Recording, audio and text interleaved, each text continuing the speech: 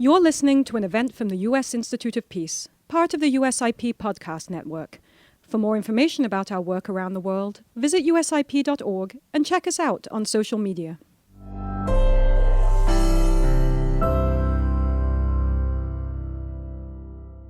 Good afternoon, and welcome to the United States Institute of Peace. My name is Dr. Joseph Sany. I'm the Vice President for the Africa Center at the Institute. The United States Institute of Peace was established by the U.S. Congress in 1984 as a national, nonpartisan public institution dedicated to helping prevent, resolve, and mitigate conflict around the world. In Africa, we focus on mitigating the adverse effects of global powers and middle power competition. Also, we focus on addressing fragility, different drivers of fragility, such as political instability, violence, extremism, misinformation and disinformation, and also to strengthen peace builders, networks of peace builders, regional and local peace architectures. We are gathered today to launch the USIP's newly published report, China's Space Collaboration with Africa, Implications and Recommendations for the United States. But you may wonder, why having this discussion at the US Institute of Peace? You will think that we may have this discussion at the United States Space Study or something. Why the United States Institute of Peace? Space exploration and the pursuit of ambitious space programs have been a significant part of the global agenda for various countries. As great powers vie for dominance in space, the risk of conflict between them looms large. Space programs play a crucial role in ensuring national security and strategic capabilities. Accordingly, the inability or failure to keep up with other great powers may be perceived as a threat to a nation's influence and geopolitical standing. In an environment where space assets are essential for intelligence gathering, communication, and military operation, disparities in capabilities could heighten tensions and create an atmosphere conducive to conflict. Space programs require substantial cooperation and information sharing between nations. However, as competition intensifies, the trust and willingness to cooperate may diminish. Misunderstandings, miscommunication, or deliberate disruptions in communication systems could easily escalate into full-blown conflict. The absence of effective channels for dialogue and de-escalation only exacerbates the risk inherent in space programs. But gone are the days where space programs were only developed by few great powers. A new normal is emerging in space exploration and technological development, one where space programs are recognized as essential component of both economic growth and national security architectures in nations across the world, even in the global south. Since the start of the 21st century, numerous African countries have invested in the development of their space programs as a function of broader development and security goals. Today, space programs exist in over 20 African countries and are rapidly growing in number and investment rates. Several countries are in the process of developing their first satellites in Africa. Many of these African space programs are receiving funding from the Chinese government and work in collaboration with Chinese state-owned enterprises. China pushes space collaboration in Africa in a very intentional way by allocating funds and identifying areas of existing African prioritizations, like climate change and counter-terrorism efforts for focused satellites development collaboration. While US private and public institutions do collaborate with African countries in the space industry and program development, these efforts are not coordinated throughout current US foreign policy. As the US strategizes ways to deepen collaboration with African partners, it is important to understand why countries are choosing to partner with China. Now, our panelists will introduce the report and dive into its implication for the US, African partners, and the space industry. After the initial panel discussion, we invite you to ask questions via the online chat box for those who are following us online, and for those in the room, just to raise your hands, and that will be easy. My colleague, Henry Tugendhat, will introduce today's panelists, and thank you for listening. My mistake. No. You're fine. Thank you. Good afternoon. Today's event will be moderated by Henry Tugendhat, an economist with the China team here at USIP. Tugendhat focuses on issues related to China's impact on conflict dynamics in Africa and Latin America. Prior to USIP, Tugendhat worked at the Institute of Development Studies in the United Kingdom, the China-Africa Research Initiative at Johns Hopkins University, and the World Bank Group's Macroeconomics Trade and Investment Team. He is currently finishing his PhD at Johns Hopkins University. Our report writers, Julie Klinger, and online we have Temidayo Oniosun, will be joining us on our panel. Julie Klinger is an assistant professor in the Department of Geography and Spatial Sciences at the University of Delaware and faculty in the Minerals, Materials, and Society program. Dr. Klinger's research focuses on the dynamics of global resource frontiers and space-based technologies, with particular emphasis in China, Brazil, and the United States. She has published numerous articles on rare earth elements, natural resource use, environmental politics, and outer space. Klinger holds a PhD in geography from the University of California, Berkeley.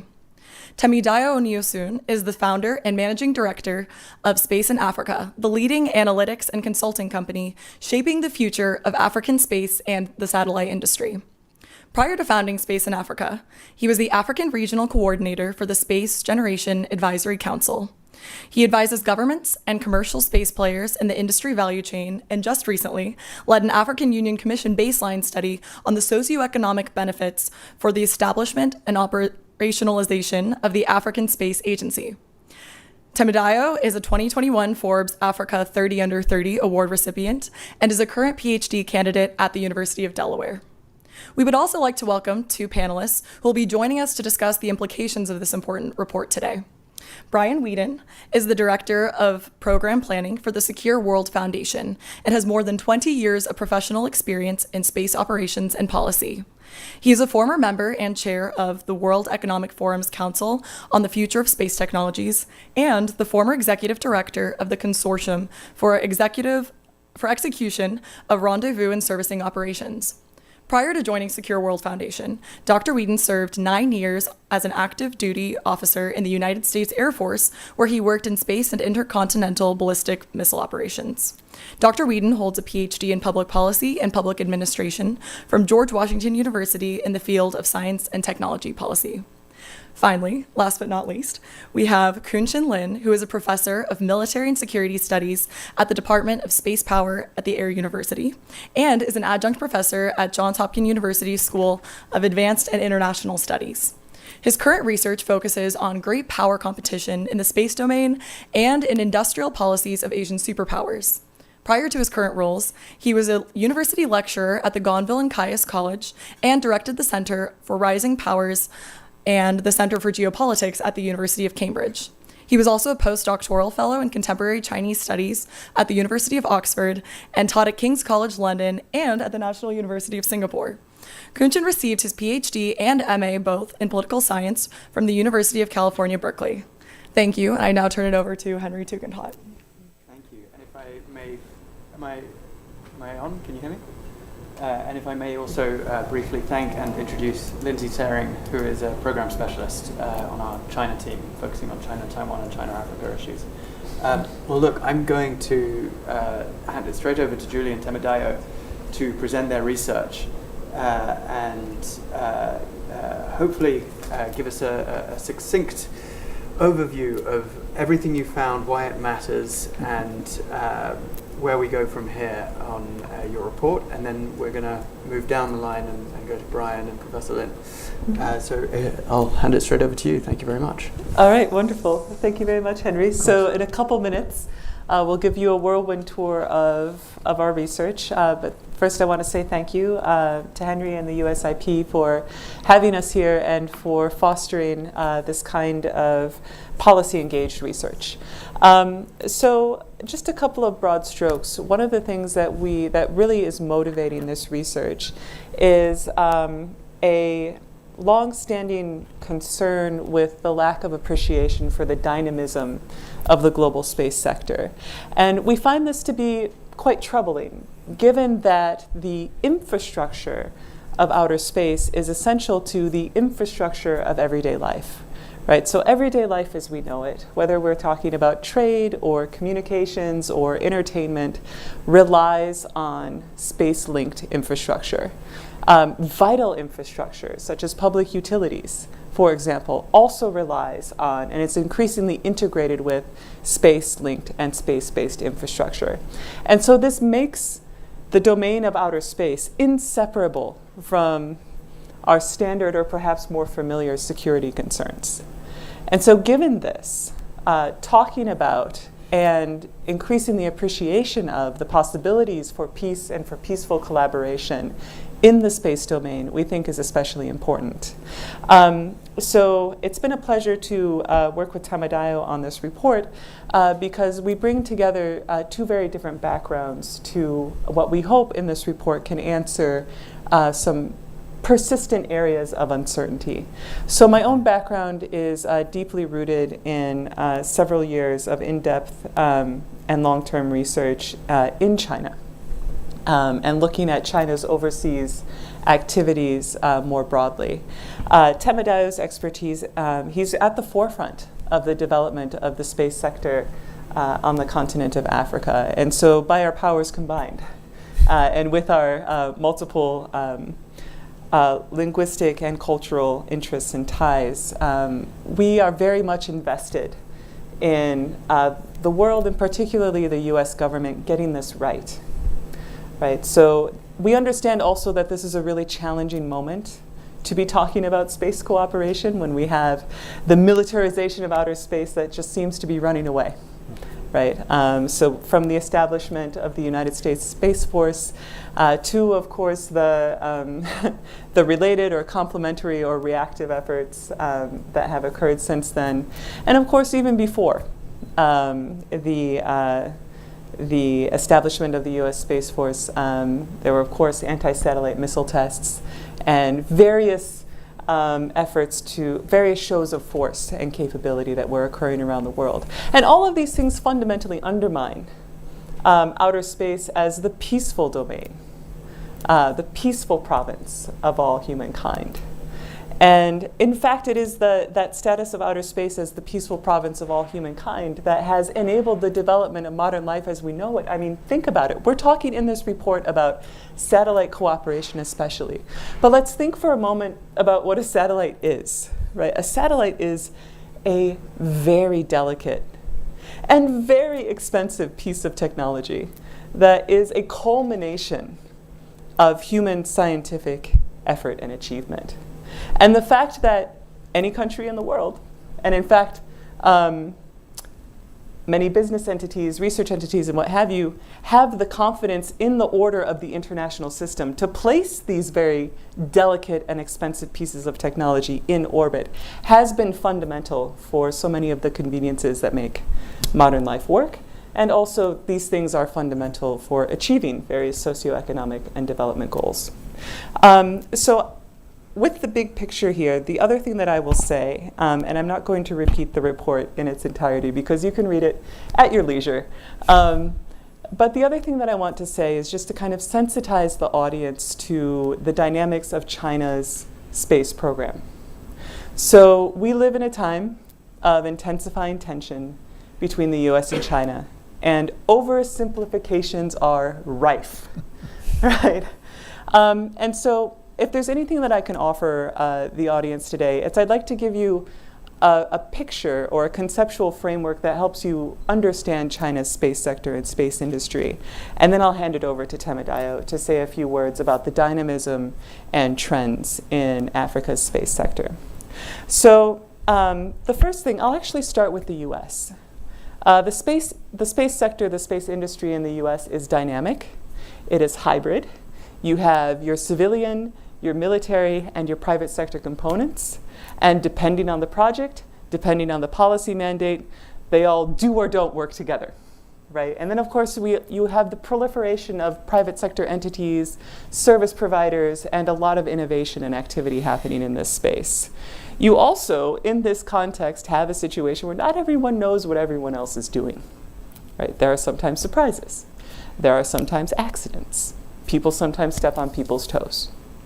I think that the same can be said for China's space industry, right? China, of course, has its flagship National Space Agency, CNSA, China National Space Agency, but they work with a number of state-owned enterprises and private firms, and a whole chain of subcontractors that are doing their best to cash in on the growth of the space sector. And this includes forging international partnerships, including with counterparts in Africa. So I don't want to go over time here, but I'll turn it over to Temidayo to offer some comments to the public on the dynamism and growth of Africa's space sector. Thank you very much, Dr. Klinger. Generally, space program is growing in Africa. And space has now been identified as a critical tool to help shape the future of Africa. And this is evident in the African Union Commission Agenda 2063, which laid out the plans and goals for building and developing the Africa that we all want. There's an increasing business opportunities in the industry. We're also seeing a lot of advancements in space technologies in Africa, emergence of a lot of commercial companies that are building critical space infrastructure. In addition, space has become a critical tool for diplomacy with African countries. And space is helping to solve some of Africa's critical problems, from agriculture to security, to disaster management and monitoring, to urban development. In addition, several nations are now working closely with Africa to help develop its space program. And in recent years, China has emerged as the leading partner for Africa.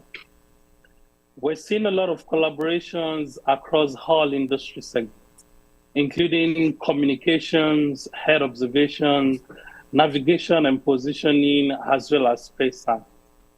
Finally, this current dispensation is the beginning of the future for space program development in Africa. And right now, China is well positioned to help shape that future.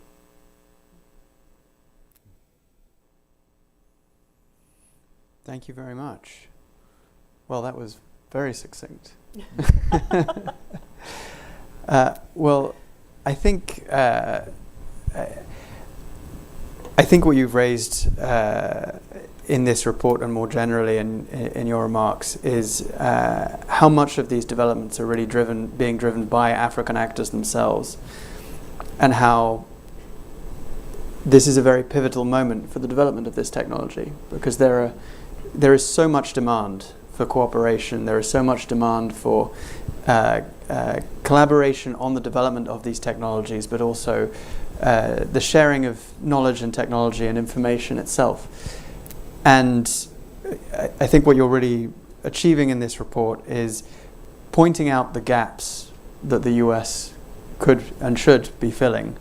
But of course, you're also highlighting an aspect of this developing technology that many people are not familiar with, which is that China is actually becoming somewhat of a leader in this space on the African continent.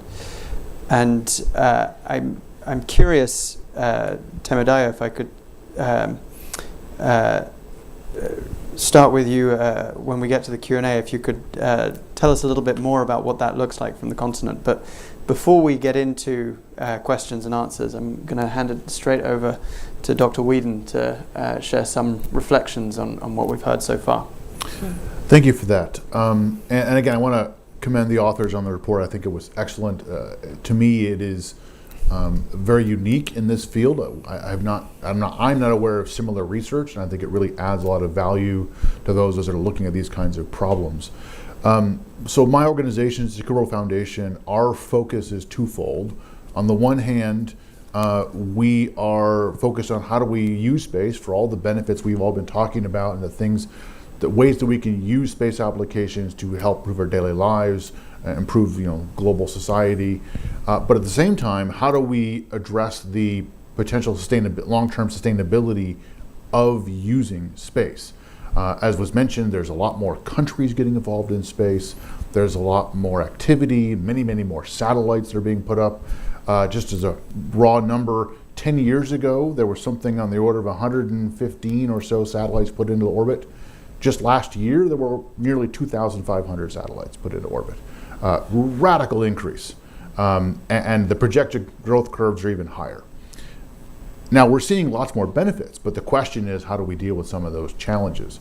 And so that is something that I think we're trying to grapple with, and then you add into the geopolitics of not only this growing tension between the US and China, and let's not forget Russia, that's a little bit outside of the conversations for today, and how do you have just these broader international collaborations to be able to set the framework so we can all use space like we all would like to be able to use into the future. I think one of the things that struck me reading through the report is what a different future this means for the way the US has approached this issue of space collaboration historically. Historically, if you talk to somebody and ask this government, they would say, well, we're going to collaborate in space with countries and in ways that provide benefits to us, that bring a technology or bring funding or bring something to this program we have, whether it's the shuttle program or the space station or some remote sensing satellite. And it was very focused on, we're going to do this for this substantive benefit. And I think that has led the US to, frankly, ignore large parts of the world that could have been good opportunities to collaborate. And now we've seen other countries, Europe, but especially China, sort of fill in those gaps. And in some ways either identify that there was a gap there to be filled, or just have a different approach to collaboration. And that then, of course, has sparked this response in the US by saying, oh my gosh, what are we going to do about this? And in some ways, part of me tends to say, well, I mean, did you not see this coming, right? But at the same time, there is still a serious issue here. And I am heartened in some ways by seeing there has been a shift underway in the way the United States is approaching some of these questions of space collaboration and partnership and cooperation. But it's a slow change. And so I think this report is going to help identify some areas where there can be a bigger shift towards more concrete changes and some concrete goals that are going to benefit both the United States and Africa, and hopefully better parts of the world. So I'll stop there, and I know we've got a lot of the questions I want to get to throughout the conversation. Thank you very much, Professor Weeden. Dr. Lin. Thank you very much. I'm going to take advantage of the fact that my predecessors have been very succinct to offer a slightly longer version of my views, if that's all right. Yeah, but thank you for inviting me here. I also want to just state that my views do not reflect that of the US Space Force.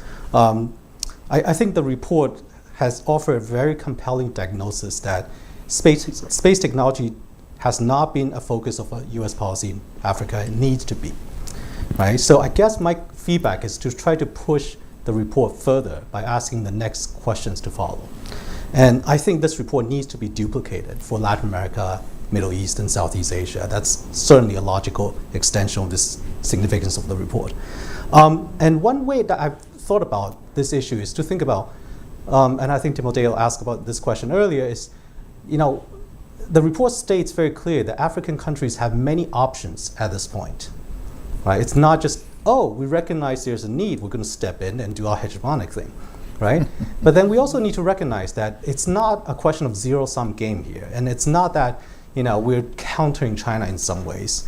It's more of an issue of, and tell my students this all the time, is that we have to think about what if China were to succeed in its aspirations, or if it becomes a major player in the space industry in Africa. At the same time, we need to ask the question, what if China were to fail as a space player? Right? So a lot of projects do not come to fruition. And oftentimes in developmental history, we in the West, institutions, governments, end up having to intervene or to help countries recover from the consequences of that. So to think in that direction, I think one thing that's really important, there are two aspects I thought sort of was emerging from the report and could be extended further in future research. One is to really be specific about what kinds of effects are we expecting from this growth industry. The economic spillover effects and the synergistic effects, as the report posits, are exactly that. They are hypothesized. And it's not entirely demonstrated. And of course, this has to do with longer-term research. But the question is, how do we expect these projects to play out over time? And the second aspect, which is related to the first, is what are the opportunity costs of using US State Department, USAID, US DoD resources to focus on space industries instead of other purposes and tasks? And I think to determine the second one, which is the sort of first step towards strategy, is to think about, to have some initial assessments as to how these things are going to play out. And so to that, I think the report has a few points which are very well worth developing. One is there's a very clear recognition that China does not, repeat, not dominate across the board. Right? So this really depends on this unfolding value chain of the space industry. Right? There are many points. Launch market is competitive, and as a member of US Space Force, we're certainly pushing for our launch capabilities over the next few years. Space manufacturing is also very competitive.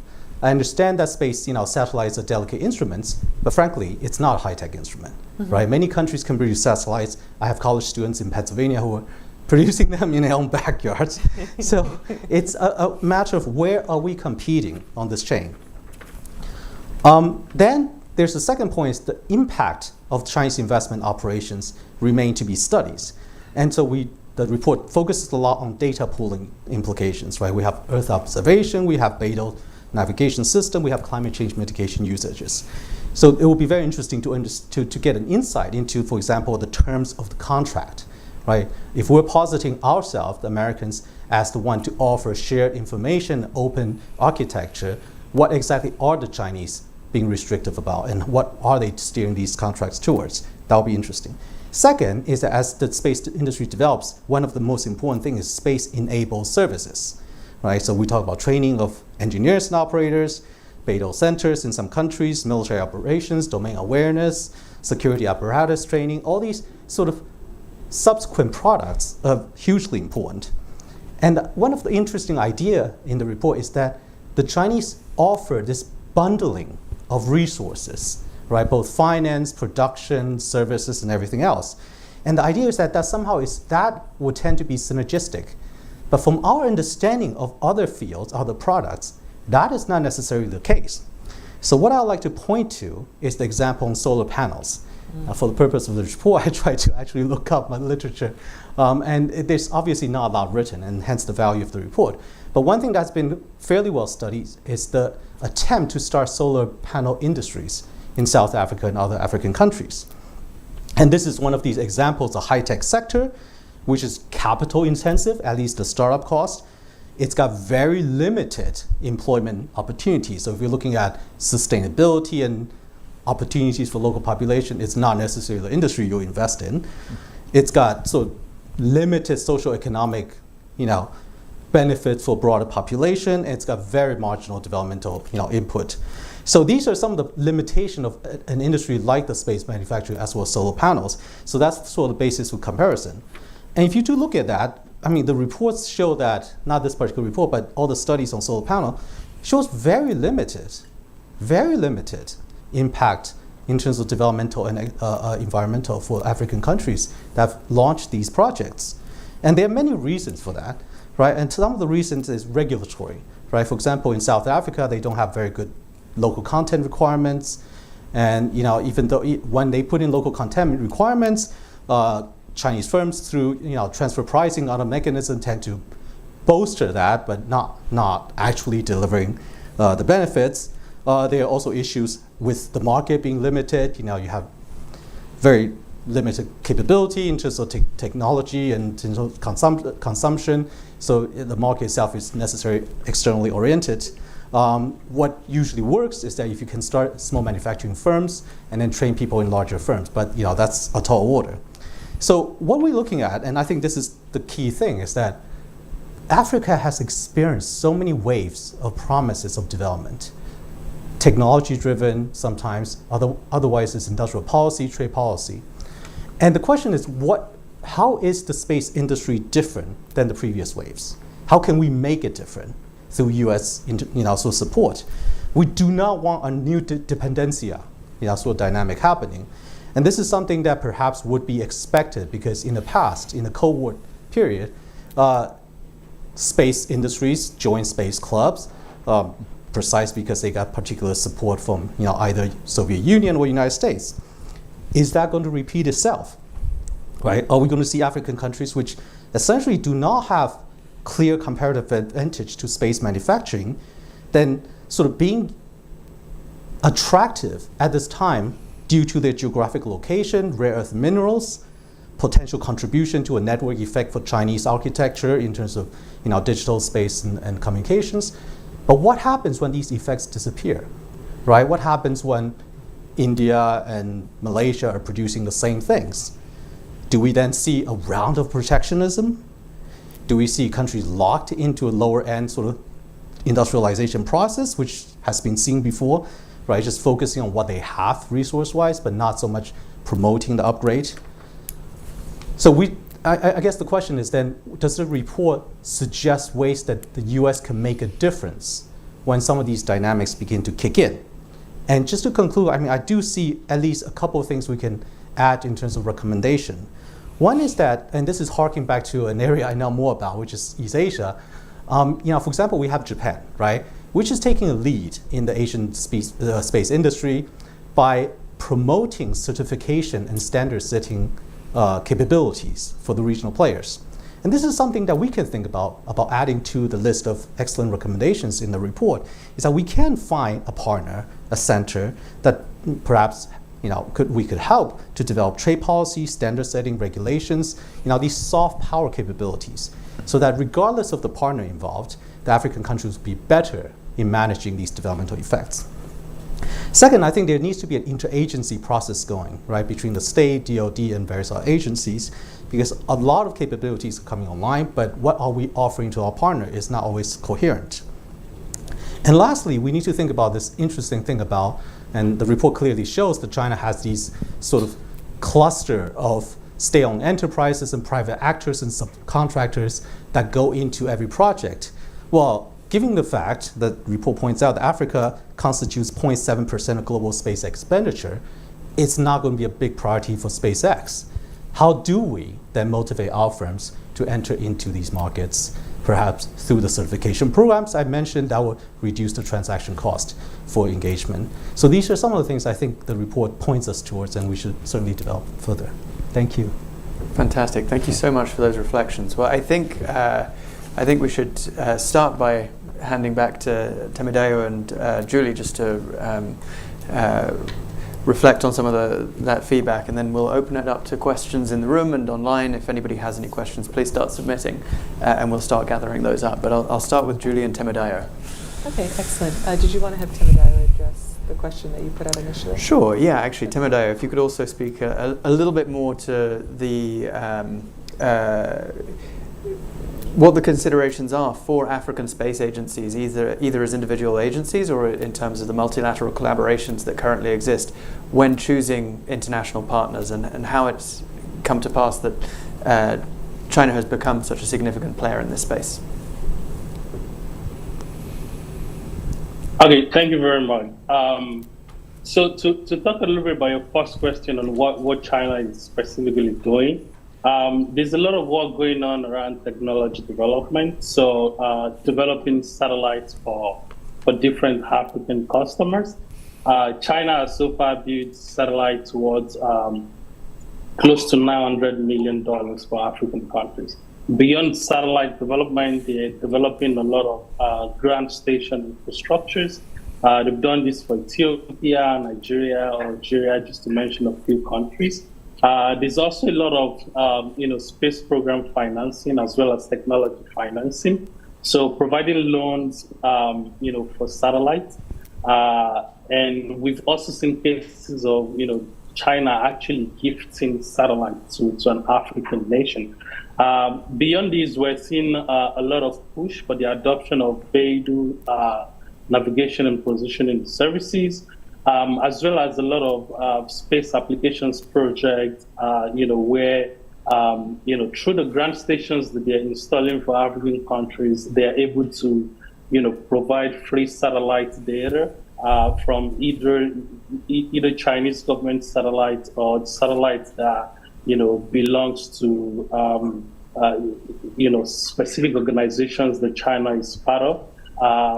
Providing this data for like different African customers. And to respond a little bit to, what, Professor Lid's comment on the specific effect of, China's collaboration with Africa, in the U.S. context. I think there are multiple ways to look at this. So first is, let's not look at this as, just the U.S. government.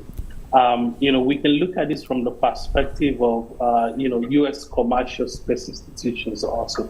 So take, for example, I think Africa offers a decent business opportunity for global space companies. And, we're already seeing a lot of global space companies, doing a lot of business in Africa.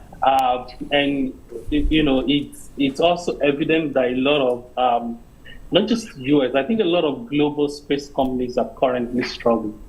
We've seen several companies that, went public in like the US, for example, Viaspat, currently struggling.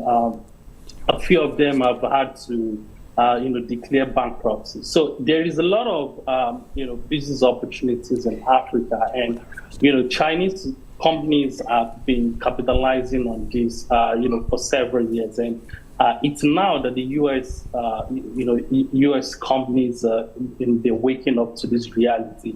Yes, the U.S. Space industry is the largest in the world, but for specific companies, especially those operating in the downstream segment, selling data services, or even those selling communication services, being able to sell these products and services and having a chunk of the African markets could actually help a lot of them to, stay in business. Beyond this, I think now space diplomacy is, actually influencing and helping with general diplomacy. So China is saying that, one of the ways to come in to build very good relationship with African institutions, not just China, even Europe, is realizing this. One of the ways to build solid relationship with Africa, is to actually come in through space. And this makes a lot of sense, especially because the African governments, African Union, for example, they've specifically identified that, space, this is a critical area, that is a priority to them and that can help them address a lot of the fundamental problems and build the future they want. And beyond all of this also, for, the effect of what China is doing in Africa, in the US context, we're seeing a lot of push for Chinese products and services. A good example of this is the Beidou navigation system that I mentioned earlier. And a lot of devices in Africa globally today are already carrying. They're already being built on this particular infrastructure. Sorry, could you for tell China. Could you tell our audience members what the Beidou satellite navigation system is, just for people who might not already know what it is? So this is, China's version of the GPS. So, of course, GPS is global. Maybe for the next decade or two, no one can actually displace it. But there's a lot of push from, the Chinese government to actually push the adoption of Beidou in Africa. In fact, there has been over 14 meetings in the last couple of months between several Chinese institutions and different layers in the African Union Commission to conceptualize projects and programs that would help with the adoption of Beidou, massive adoption of Beidou in Africa. So these are, this may not matter so much, but these are some of the things that would eventually affect, U.S. global hegemony. So, a lot of these things may look, they may look irrelevant now, but by the time you combine all of these things together, into the future, this will definitely shape, what is going to happen in the next couple of years. And to answer your, there was a question about, the African Space Agency and, working with different national governments. One of the ways to, there are 54 African countries, and, it may not be realistic to move from one country to another to, figure out ways to work with them. One of the approaches that actually work effectively is working with the African Union Commission to conceptualize projects and programs that can be implemented or that can actually involve, if not all of the African countries, but most of the African countries. And this is also perfect because the African Union Commission is the custodian of the African Space Agency. And, until the agency becomes fully operational, I think the African Union Commission is a perfect avenue to build some of these critical relationships. And lastly, to respond to the question on how the U.S. can actually make a difference, I think that one of the ways to the U.S. can make a difference is right now there is an opportunity for the U.S. to actually help to shape and promote the use of outer space for peaceful use, for good. So whether it's in, Brian is from Secure World Foundation. There's a lot of conversations around space sustainability now. So maybe this is a point where the U.S. can come in. Taking space sustainability messages globally, because no one is having this conversation on the continent right now. And the second area is there's also opportunity for the U.S. to work with African institutions on areas that actually pertains to both parties. You can work together to address common problems, and this is what we're seeing with cooperation from Europe, for example. So the U.S. Foreign policy towards Africa is mostly around safety and security, political freedom, economic opportunity.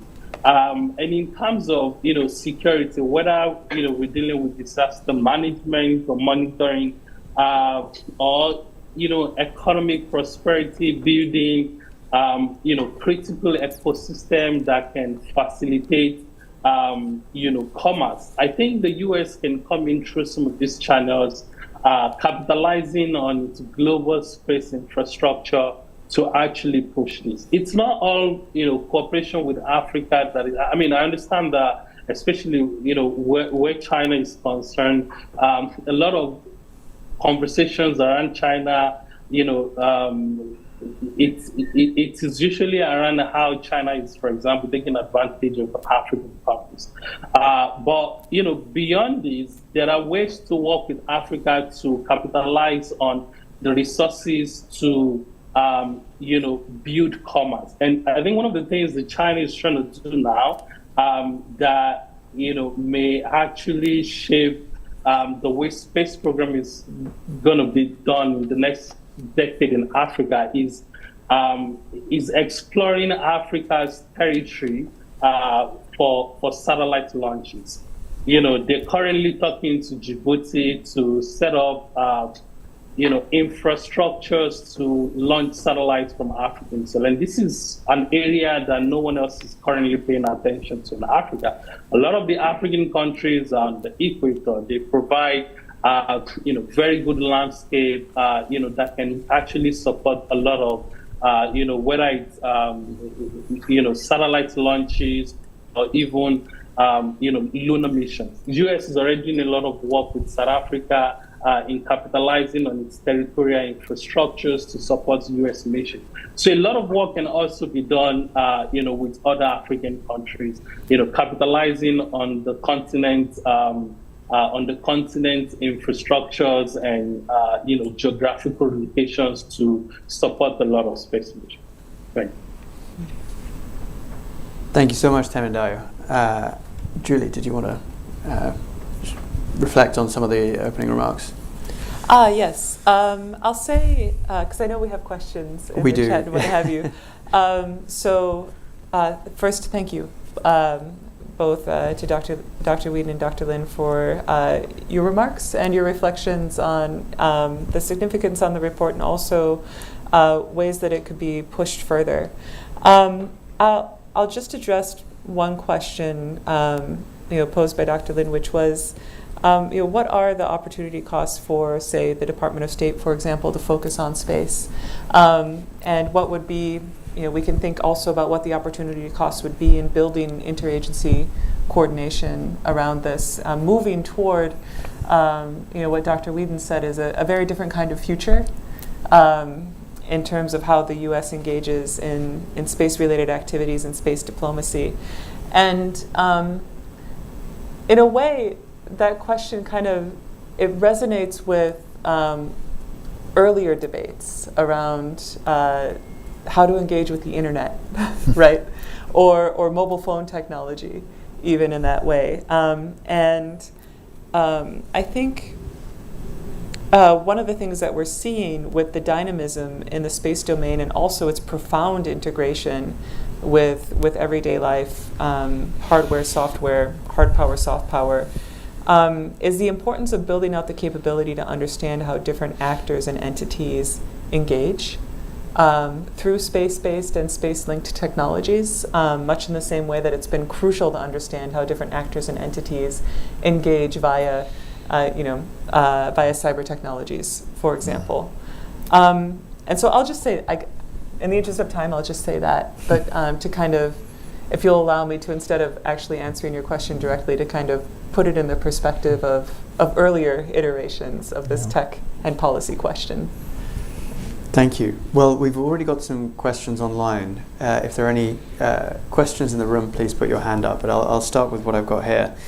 To what extent do you see cases like Espacio Lejano space station in Argentina as instructive for African countries engaging with China on space programming? I have to admit that I'm reading this verbatim because I myself do not know what this Espacio Lejano example refers to. So please tell us what that refers to in the context of your answer. And then how can the US strategically align its space-related engagements as well as provide support for African space programs? Okay, great, thank you. So the first one, I love this question because it's a comparative question. And I really like it because it's actually how I came to the question of space-related activities on the African continent was actually via my focus on this question in Latin America. Right, and it was the cooperation between Latin American space agencies and African space agencies that ultimately, long story short, led to the research collaboration that you see culminating in this report today. So just a little bit of quick background on the Espacio Lejano. This is a ground receiving station that is part of China's Deep Space Research Network. So there are a number such stations around the world. I think 7 or 8, some in polar regions, some aboard ocean-going vessels. And the case in Argentina is particularly provocative because it is leased to China for a 50-year term. And there is no local oversight mechanism. So it's been critiqued as effectively Argentina handing over a segment of its territory to Chinese sovereignty. And there's been a lot of concern about this ground station being used for other things besides deep space research and observation. In response to which the Chinese counterparts have offered assurances that it's not used for these purposes, but again, there's no oversight mechanism in place. And so that's a case where you have a little pocket of another sovereign country being leased to China for their particular space-related purposes. I think that's instructive if we view it in comparison to, say, the Chinese satellite and ground station contributions in Ethiopia that we talk about in the report. And so this is a very different situation where you have a collaboration between Chinese and Ethiopian counterparts. Again, you have public as well as private sector entities involved here. And one of the outcomes of this agreement was not just the construction of a satellite for Ethiopia, but also the construction of ground receiving stations and capacity building and training for Ethiopian personnel so they can operate it and they can work with their own satellite. Right, so that's two very different approaches. And one of the things to understand also about that is that the case in Argentina is for China's deep space research network. And the case in Ethiopia is built very much with Chinese support and collaboration for Ethiopia's space agency. Thank you very much. And I know that you've addressed this in some of your opening remarks already, but if there was anything else you wanted to add on the US's ability to strategically align its space-related engagements or support African space programs, that'd be wonderful. Yeah, thank you. And I think actually to address this, I'll draw on an earlier discussion and some insights offered by Temidayo. I mean, one of the issues here is that the U.S. does not have a sort of clear strategy for engaging with African counterparts in the space domain.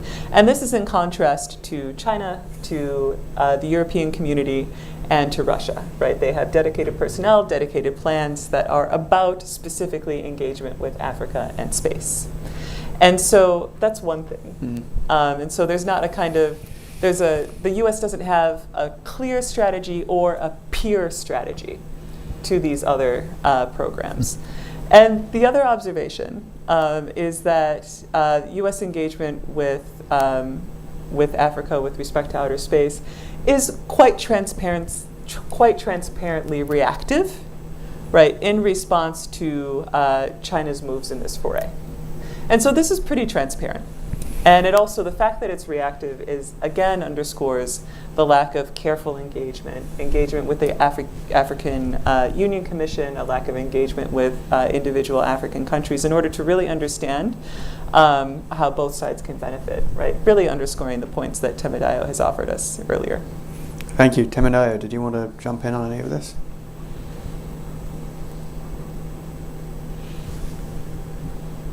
Yes. So just to add to the last comment, talking about the lack of clear strategy.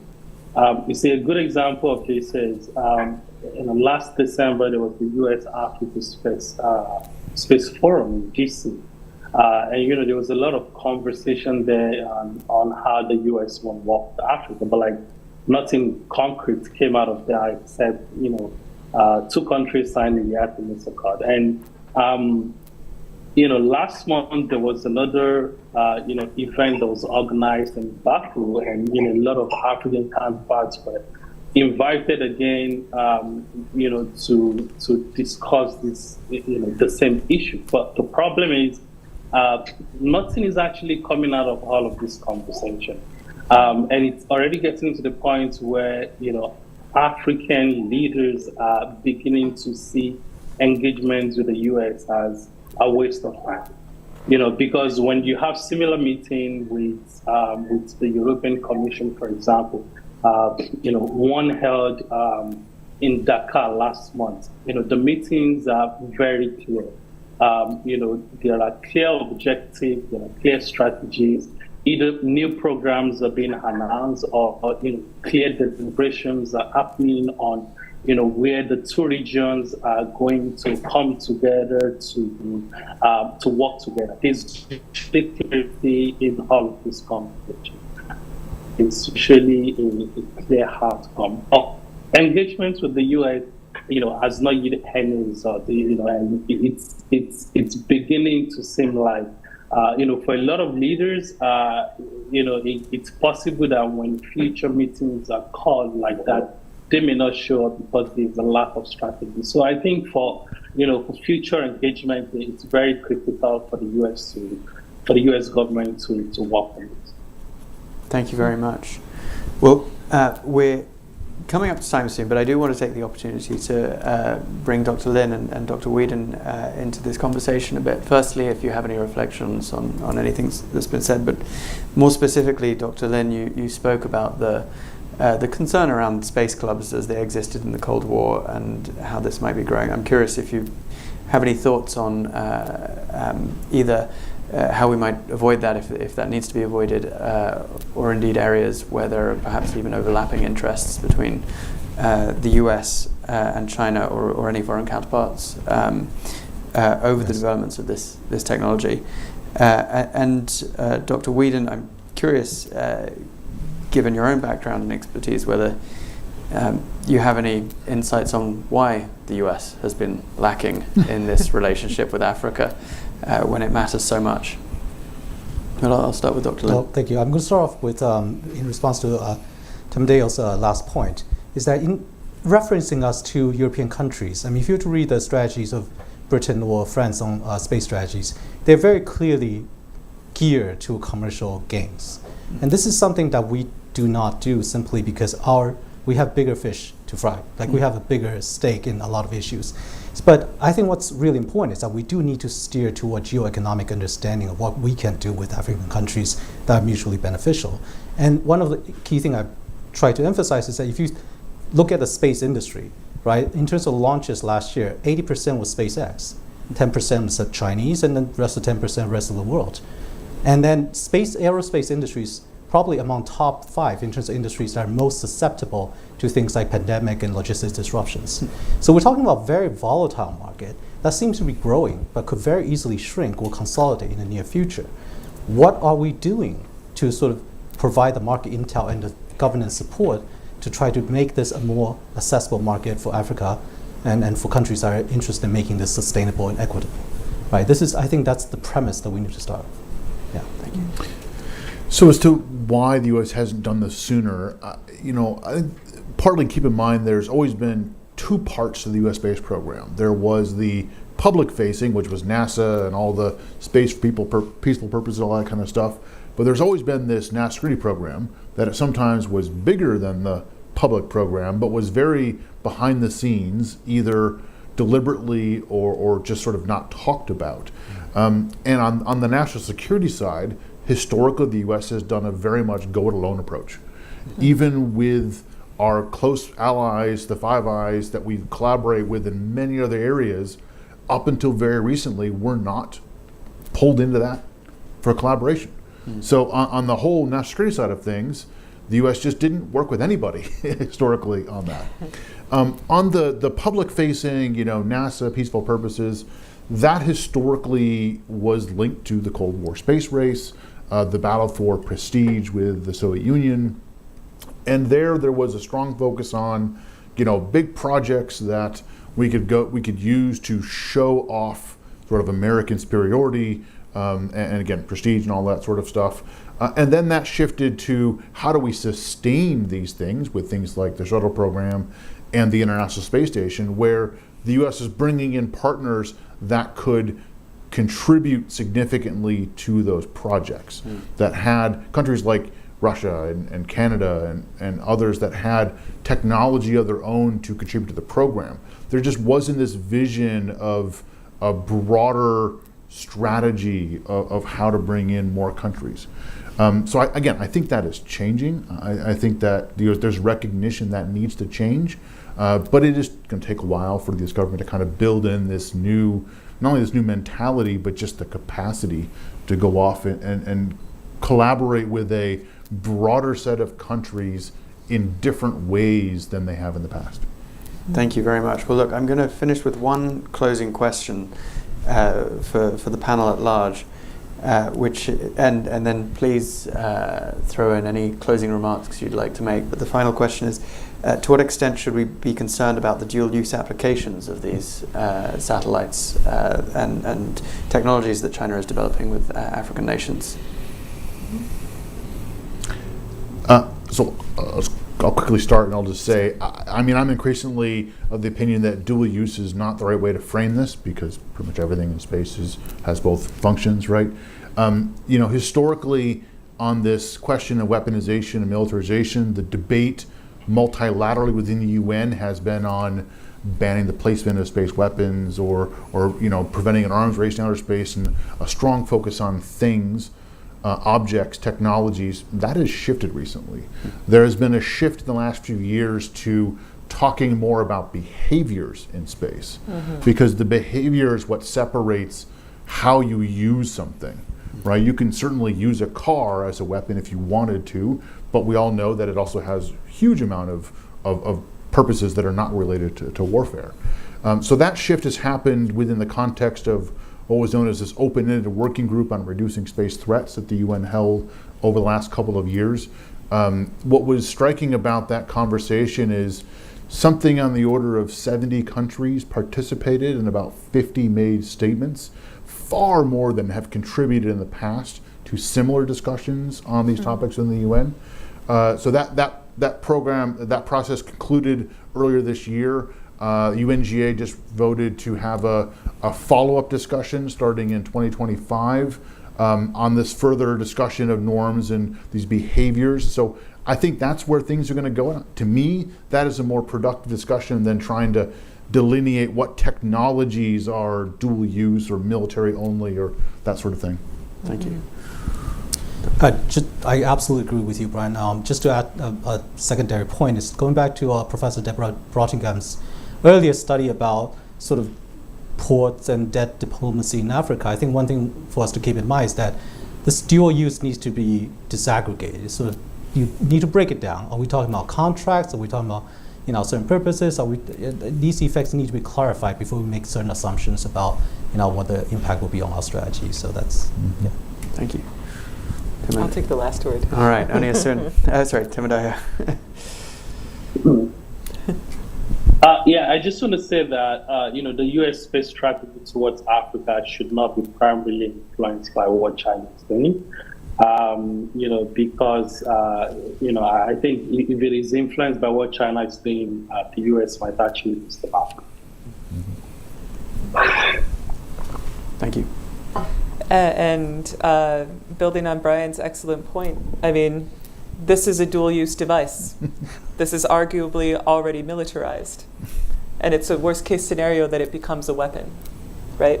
And so I think that should help us think about space technology as well. This is a space technology. It is space-integrated, space-linked, probably linked to 5, 6, 7, 8 satellites right now as we speak.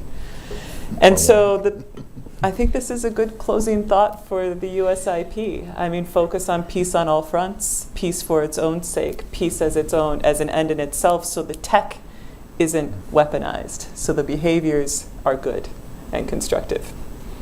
Fabulous. Well, look, thank you so much. And thank you, everybody, for coming to attend this. Thank you to everyone online. Thank you especially to my colleagues in the China team and the Africa Center for the collaborations to make this possible, and thank you especially to Lyndi Tsering for bringing us all together here today for this report launch. But of course, thank you especially to Temidayo and Julie for this fantastic report, and I hope you'll read it. You can find it on our website, and you can catch up on the beginning of this event. If you missed the beginning, it'll be posted on our webpage through YouTube. So thank you again, and please join me in thanking our discussants. thank you for listening to this event. If you'd like to listen to more events or explore our other podcasts, visit usip.org/podcasts.